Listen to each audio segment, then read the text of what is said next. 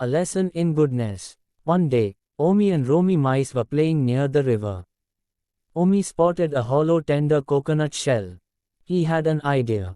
Look, Romi, we can use this coconut shell as a boat and travel along the river, said Omi. Good idea. We could use some discarded ice cream sticks as oars, said Romi. Omi and Romi carried the coconut shell to the river.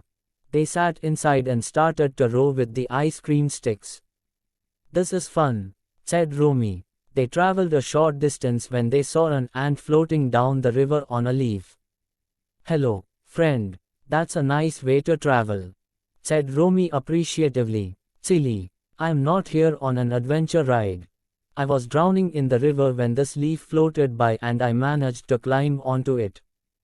Please help me, said the ant. I don't think there's enough space for you in this boat. It's too small, said Romi. Please take me in your boat, otherwise I'll drown for sure, cried the ant. Romi and Omi took pity on the ant and helped him climb into the boat. Thank you. I am safe now. By the way, my name is Anto, said the ant. The three continued to travel down the river.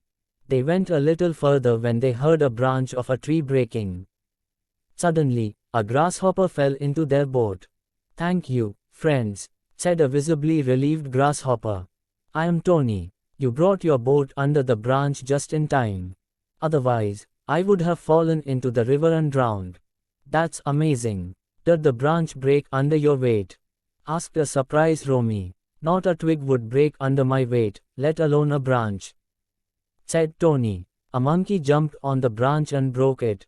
He managed to jump to another branch, but since I had hurt my wings, I couldn't fly, said Tony. And I thought the branch broke under your weight, said Romi, laughing aloud. Romi, please don't laugh so loudly, you're rocking the boat, said Omi. The boat is not rocking because of my laughter but because of the excess weight. The boat can't carry all four of us, said Romi. He turned towards Anto and Tony and said, you two should get off the boat at once. We can't get off the boat. We don't know how to swim, said Anto alarmed. Yes, please don't make us get off the boat, pleaded Tony. Romi, we can't ask them to get off the boat in the middle of the river. We should help others in their time of need. By helping others, only good can happen to us, said Omi. I don't see any good coming out this, said Romi. And let's not allow anyone else in the boat. There are already too many. Thud. A squirrel fell into the boat. Hey, how did you get in here? Asked an irritated Romi. An eagle was carrying me in his talons when I slipped from his grip and fell. Thankfully, I fell into your boat, said the squirrel. I'm Squeaky, by the way. We're in trouble. The boat is speeding down the river with all the weight in it. You have to get off immediately, said Romi. The boat is not speeding because of me, but because it is moving towards a waterfall, said Squeaky, looking ahead. Everyone panicked. Oh no, we will not survive if we fall from such a height. And none of us know how to swim. We'll have to steer the boat in the opposite direction, said Omi. Omi and Romi started rowing in the opposite direction to steer the boat away from the waterfall. But the current was too strong. Tony, Anto and Squeaky immediately picked up ice cream sticks and started rowing together. Their teamwork paid off. They managed to steer the boat away from the waterfall. Hooray! We are safe, said Romi happily. Romi, you should thank Tony, Anto and Squeaky.